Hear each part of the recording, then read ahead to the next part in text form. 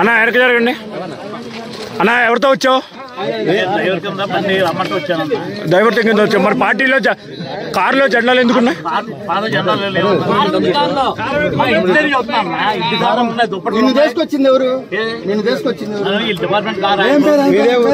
ఏం పేరు?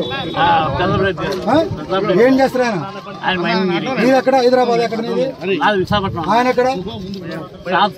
నువ్వు విశాఖపట్నం కృష్ణా జిల్లా. ఇప్పుడు నిన్ను తీసుకొచ్చింది వాళ్లే కదా? ఇప్పుడు మా ఎమ్మెల్యే గారి మీద దూకారండి.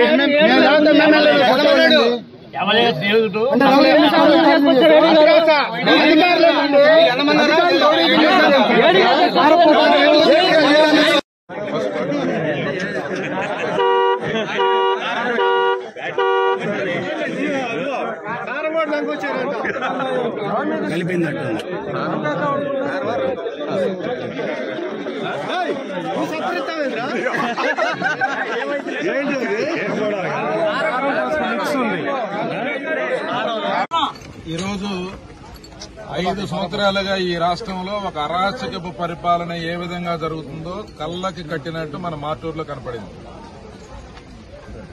Andhra Pradesh state director mines and geology Venkatarama Reddy గారు, అదేగా వెంకటరెడ్డి గారు, డి వెంకటరెడ్డి గారు 5 సంవత్సరాలుగా ఈ రాష్ట్రంలో ఒక ప్రైవేటు మాఫియాను నడుపుతా ప్రభుత్వాలకి ప్యారలల్ గా ఒక వ్యవస్థను నడిపి వ్యాపారులందరినీ కూడా టార్చర్ చేసి కోట్ల రూపాయలు కొల్లగొట్టారు. దాంట్లో భాగంగా ఈరోజు మార్టూరు, బల్లికురవ, అలాగే చీమకుర్తి, ప్రకాశం జిల్లా గ్రానైట్ ఒక ప్రసిద్ది చెందిన, ప్రకాశం జిల్లాకు ఒక మంచి పేరు ప్రఖ్యాతులు తీసుకొచ్చిన ఇండస్ట్రీ. ఈ ఇండస్ట్రీ ద్వారా ఇక్కడ వేలాది మంది జీవనం సాగిస్తా ఉన్నారు, బతుకుతా ఉన్నారు. కోట్ల రూపాయలు పెట్టుబడి పెట్టి చిన్న చిన్న వ్యాపారస్తులు పొలాలు తాకట్టు పెట్టి బ్యాంకు లోన్లు తెచ్చి ఈ ఇండస్ట్రీస్ నడుపుతా ఉన్నారు. ఈ రోజు ఇండస్ట్రీ అంతా కూడా దారుణమైన పరిస్థితుల్లో ఉంటే కనీసం కరెంటు బిల్లులు కట్టలేని పరిస్థితుల్లో ఒకవైపు ఈ గ్రానైట్ పరిశ్రమ ఒకవైపు ఉంటే, గ్రానైట్ ప్రాసెసింగ్ ఇండస్ట్రీస్ ని, వ్యాపారస్తుల్ని, అలాగే ఇక్కడ మైనింగ్ క్వారీ యజమానుల్ని వీళ్ళు బెదిరించి డబ్బులు వసూలు చేస్తా ఉన్నారు. 5 సంవత్సరాలుగా ఈ తంత రాష్ట్రంలో జరుగుతా ఉంది. ఈ రోజు ఇక్కడికి ఒక 2-3 స్పెషల్ టీములు వేసి ఇతర జిల్లాలకు సంబంధించిన ఏడీ విజిలెన్స్ ని ఇక్కడ డిప్యుటేషన్ పెట్టి వాళ్ళకు అనుసంధానంగా ప్రైవేటు గుండాలని, ప్రైవేటు మాఫియా గ్యాంగుల్ని వీళ్ళకి అనుసంధానంగా పెట్టి గ్రానైట్ పరిశ్రమల్లోకి వచ్చి ఇన్స్పెక్షన్ పేరుతో ఓనర్లను వేధిస్తూ రకరకాల కొలతలతో లేకపోతే ఇంకోదాంతో లక్షల రూపాయల పెనాల్టీ వేపిస్తామని బెదిరిస్తూ మళ్లీ వీళ్ళతో బ్లాక్ మెయిల్ చేసి లక్షలాది రూపాయలు మళ్లీ లంచం తీసుకోవడానికి ఒక ప్రణాళిక వేశారు. దాంట్లో భాగంగానే ఈరోజు మార్టూరులో ఇక్కడ ఇదే ఫ్యాక్టరీ అనంత గ్రానైట్స్ లో ఈ రోజు ఇక్కడ పెద్ద ఎత్తున ఒక దుమారం జరుగుతూ ఉంటే నేను కూడా ఇక్కడికి రావడం జరిగింది.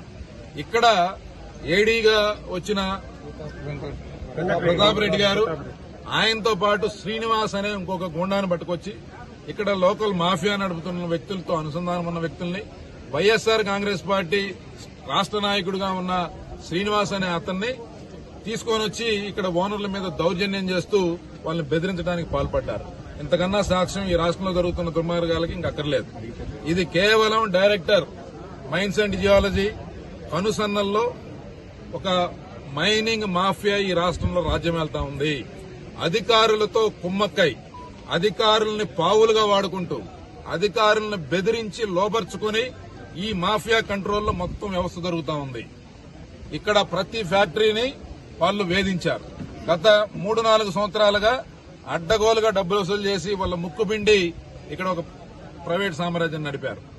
పందిళ్లపల్లె నుంచి 50 మంది ఇక్కడ మార్టూరు చుట్టుపక్కల జల్లెడబట్టినట్టు ప్రతి చోట ప్రైవేట్ చెక్ పోస్టులు పెట్టి ఇక్కడ ప్రతి నిత్యం డబ్బులు వసూలు చేస్తామన్నారు. అంటే లారీకి ఇక్కడ నుంచి 8,000 అయితే మళ్లీ మాచర్ల వెళ్లే వరకు దాదాపు 25,000 రూపాయలు.